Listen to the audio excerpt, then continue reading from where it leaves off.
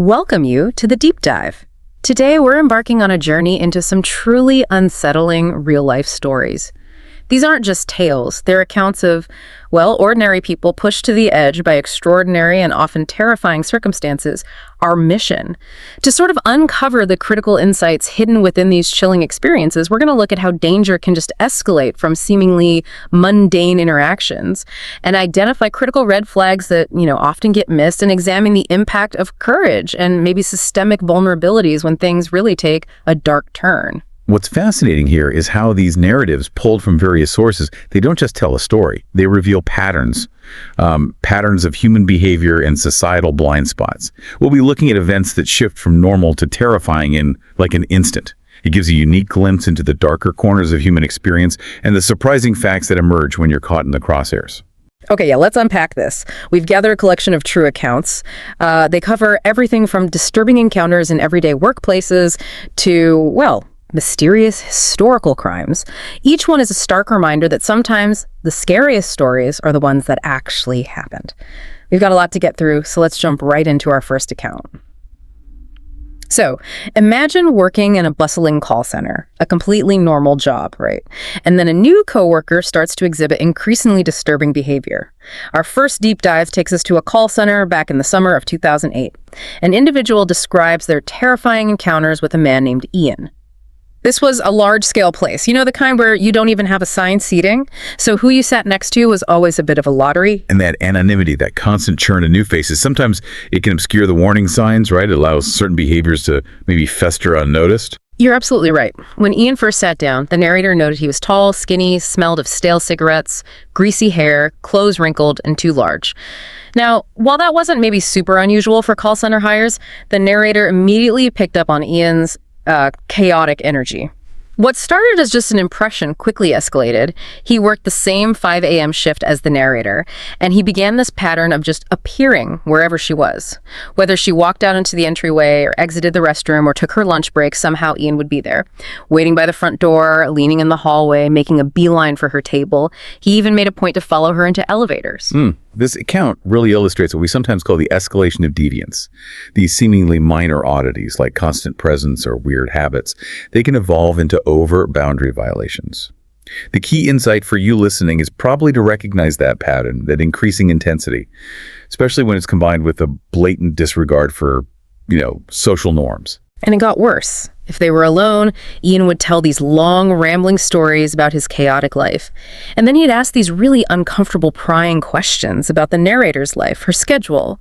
This often happened before sunrise, in a mostly empty building, which just added to the creepy atmosphere. The narrator, lacking the confidence she has now, apparently told her supervisor and team lead several times, but got no results. That's a critical point. What does that tell us about the blind spots within, say, corporate safety protocols, especially when the threat isn't immediate physical violence, but it's more psychological intimidation and boundary invasion? How do we empower employees to actually be heard in those situations, before they escalate to something far worse? That's a really tough question because clearly the system failed her here, potentially put her in even greater danger.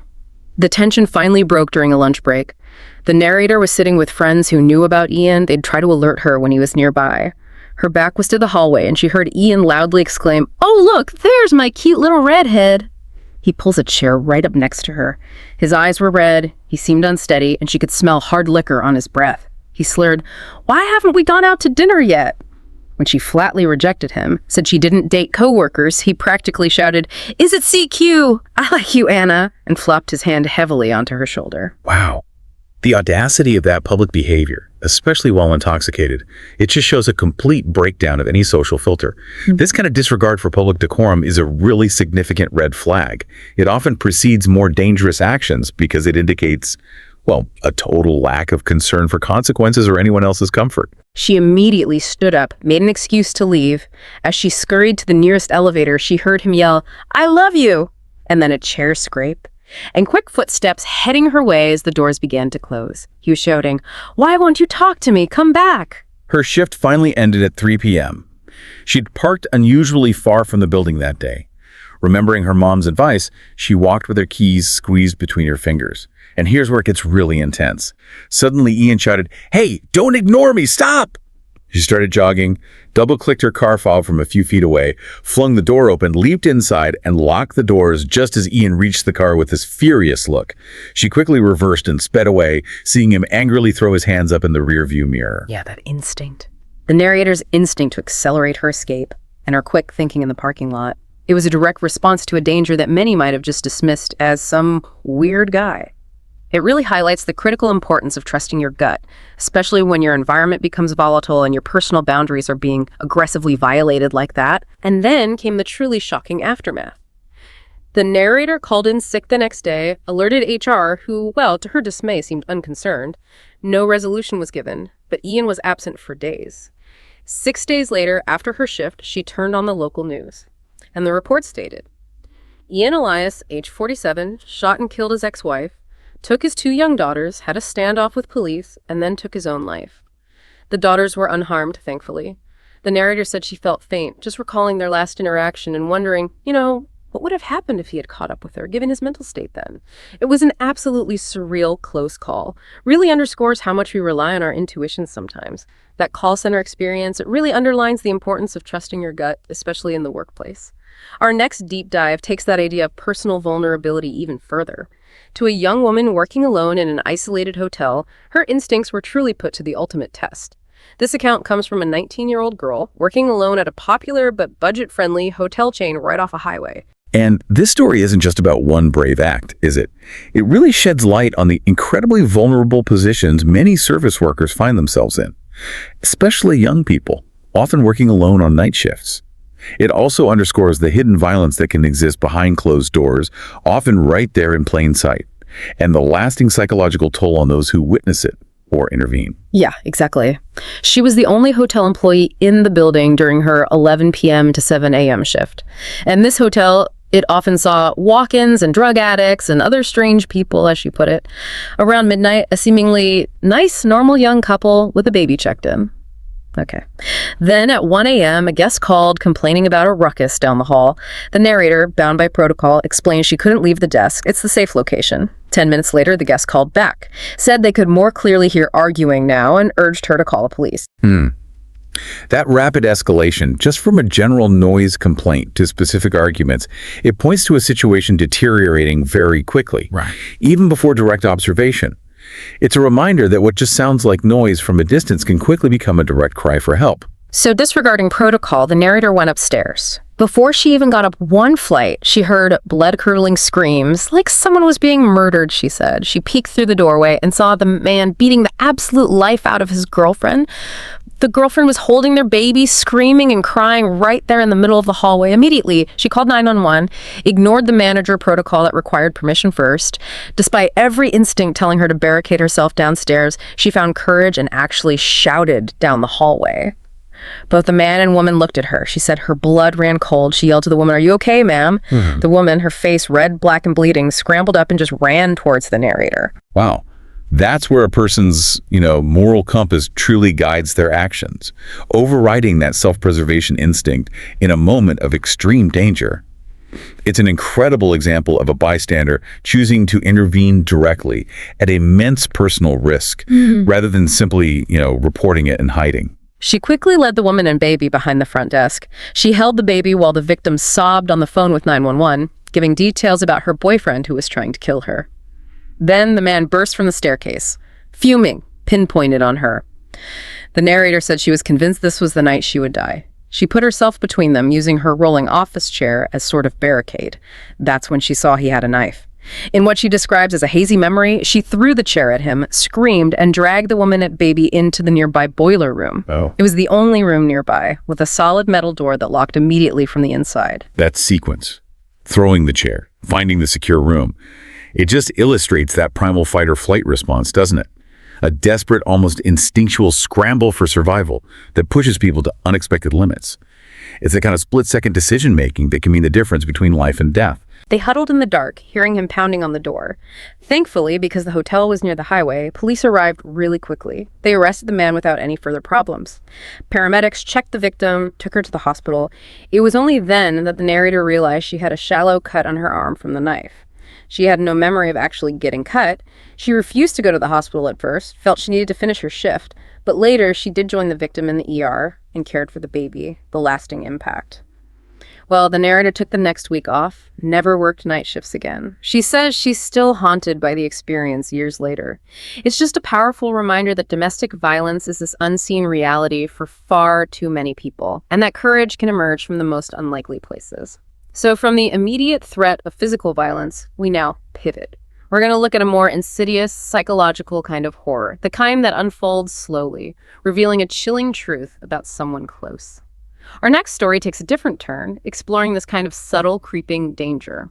This account comes from a high school student about his foster cousin. Right, and what's fascinating here is the insidious nature of this threat and the, frankly, moral courage it took for the narrator to act.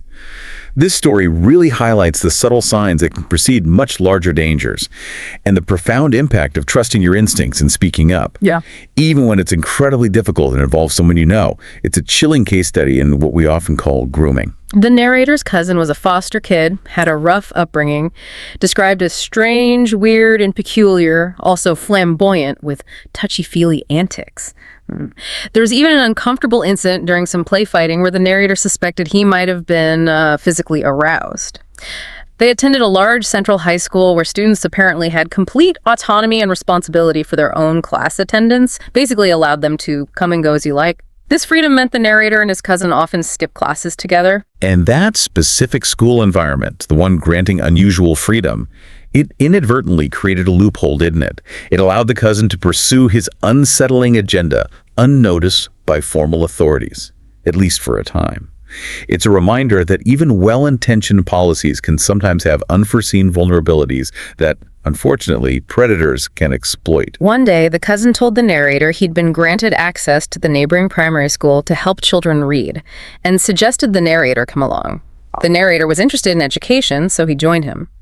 During the first visit, he noticed the cousin seemed fixated on one particular boy. On a second visit, the teacher unexpectedly said she didn't know anything about it and they should come back another time. On the third visit, the cousin seemed nervous, was sort of creeping through the hallway with this creepy, cheeky grin.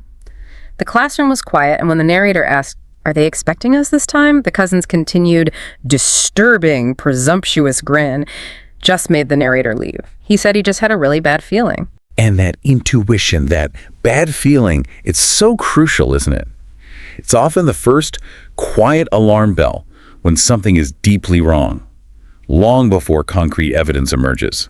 In cases of grooming, these early instincts are paramount because the signs are deliberately subtle, manipulative. And his gut feeling was absolutely right. Later, the cousin casually mentioned he'd still been going to the school to see that specific boy, not just in the classroom, but at the playground too. He admitted to watching the boy play soccer on weekends, and even proposed visiting the boy's house. That was the aha moment for the narrator. He connected the dots, the constant unannounced visits, the trespassing, the obsession with one boy. He realized it was all a cover to see this one boy. His cousin, only 16 himself, was stalking a child. It's chilling to think how easily those seemingly separate actions could have been dismissed by someone else. Absolutely. This chilling revelation just underscores how seemingly innocent or maybe eccentric behaviors can, in retrospect, reveal a really sinister pattern. The crucial takeaway here is the power of one person's intuition and courage to disrupt a dangerous trajectory. Even when the signs are subtle and involve someone known, it takes immense bravery to confront such a dark truth, especially when it implicates family, you know? After thinking it over a lot, the narrator decided he had to contact his high school's assistant principal. He briefly explained his concerns. The principal was apparently very interested. The narrator, fearing he might be seen as an accomplice, detailed everything he knew. The school took action. The cousin was definitely banned from the primary school and either dropped out or was expelled from the high school. The police were also notified, putting him on their radar. But the story doesn't quite end there. A few years later, the narrator saw a local newspaper article. A man arrested for grooming a child and suspiciously observing and stalking the grounds of a primary school. His home was raided, computers confiscated, hard drives were loaded with illicit images of children. The name printed in the article. It was his cousin's. A true, if horrifying, moment of vindication for an agonizing decision he made years earlier. Okay, for our final deep dive today, we're stepping back in time. We're going to unravel a complex and enduring true crime mystery. It surrounds a place locals now call the Murder Mansion in Bowling Green, Kentucky. This story brings together themes of greed, betrayal, and, well, the enduring nature of unsolved questions. Yeah, this story truly exemplifies how far people might go for wealth and how complicated the truth can become, especially when you weave together mental instability, betrayal, and a potential conspiracy. The lack of definitive answers, even after trials, and the enduring local legend of the Murder Mansion, it just highlights that some mysteries are never fully solved. They leave us grappling with the chilling possibilities. The year was 1948, Bowling Green, Kentucky. Dr. Charles Martin and his wife Martha, they were a prominent wealthy couple. They lived in this elegant yet imposing mansion, a local landmark right across from Fairview Cemetery. Their son, Stonewall, was 52 and a bachelor. Now, key figures in this mystery include Harry Edward Kilgore, a music student from Glasgow whose father had committed suicide, and Ruth Ann McKinney, whom Harry met at Western Kentucky University, or WKU. They also befriended George Daggett, a WKU music professor. It's fascinating, isn't it? How these seemingly ordinary connections between individuals just forged within a university setting. How they would quickly become intertwined in this web of deceit and violence, all spiraling from what might have just been an initial desire for wealth. Here's where it gets really interesting. Ruth Ann McKinney marries Stonewall Martin on June 23, 1948, despite a 30-year age gap. They leave for their honeymoon. Just days later, June 29th, under cover of darkness, Harry Kilgore drives to a wheat field near the cemetery, then walks to the Martin home. He breaks in, shoots 80-year-old Dr. Martin in the head in the hallway. The doctor tries to flee, but Harry fires more rounds. Harry then shoots Martha Martin in the back of the head as she tries to escape. The cold, calculated nature of this intrusion, combined with the multiple shots, it really paints a picture of extreme malice. It raises immediate questions about motive beyond simple revenge, doesn't it? Was it just a crime of passion or something far more premeditated? Which, as we'll see, seems likely. And it gets more gruesome. Harry allegedly tormented the Martins further, abusing their corpses with a flashlight and shooting them several more times. He stole personal items and disposed of the gun in the Barron River as he fled back to Glasgow. The bodies were found at 7 a.m. by workers the next morning. Police quickly traced Harry to his mother's home in Glasgow. He willingly returned to Bowling Green. A search of his car revealed stolen Martin belongings, Martha's purse, a flashlight with broken glass, along with .32 caliber shell casings. Harry initially confessed to acting alone, claimed revenge because Stonewall had lured his girlfriend Ruth Ann away from him. He pleaded guilty to 2 counts of murder, sentenced to life in prison. So what does this all mean for the concept of truth? That initial confession claiming personal vengeance, it was later contradicted by Harry himself, revealing a deeper, more intricate plot. It really makes you wonder about the reliability of confessions, especially when ulterior motives might be at play. Exactly. 14 months later, from jail, Harry made a surprise confession. He claimed a grand conspiracy involving George Daggett and Ruth Ann, the alleged plan. Ruth Ann marries Stonewall to get access to the estate. Then George and Harry murder the parents and later Stonewall himself, allowing Ruth Ann to inherit the entire fortune, which they would all share. Harry even claimed the murder weapon was stolen from George Daggett's former roommate. George fiercely denied involvement, provided an alibi. Despite this, he was indicted, convicted. But his conviction was later overturned due to lack of evidence. A second trial ended similarly, charges dismissed. The prosecuting attorney apparently believed George was the mastermind, but just lacked sufficient evidence to prove it. George fled Kentucky, died in Detroit in 1963, his death shrouded in mystery. This raises a really important question, doesn't it? How much did the shifting mental state of the confessed killer influence the whole legal process? And did the full truth of the conspiracy ever really come to light? The enduring ambiguity highlights the challenges of prosecuting complex cases with unreliable witnesses, especially when a lack of concrete evidence leaves just more questions than answers. As for Ruth Ann's fate, she was never investigated despite suspicions from some involved in the case. She inherited the Martin fortune, though she later lost a portion when she remarried, violating a condition in the will. She lived with Harry intermittently after he was paroled, but they never married. Harry died in 1981 in a bike accident. Ruth Ann was the last survivor of this whole saga, passing away in 2017. The murder mansion still stands today, infamous in Bowling Green's history. Rumors of bloodstains, paranormal activity persist, though previous owners denied them. New owners discouraged sightseers. And in a poignant detail, Ruth Ann was reportedly seen visiting her grave marker next to Stonewall as recently as 2012, suggesting some kind of lasting, complex affection. It's a chilling end to a baffling mystery, these stories. From the terrifying stalker in the call center, to the courageous act in the hotel, to the insidious truth of a family secret, and finally, the cold, calculated true crime of the murder mansion. They remind us that true horror often lurks in the most unexpected places. Absolutely.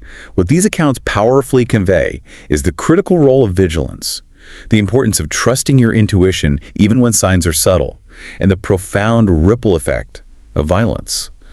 They also make us consider the systemic vulnerabilities that can allow danger to flourish and, well, the immense courage found in ordinary people when faced with extraordinary threats. Thank you for joining us on this deep dive into these chilling true accounts. We hope these insights offer you not just a fascinating listen, but maybe a deeper understanding of the world around you, and perhaps a renewed sense of awareness. We'll be back soon with another deep dive into the sources you've shared. Until then, stay safe and keep exploring the fascinating depths of knowledge.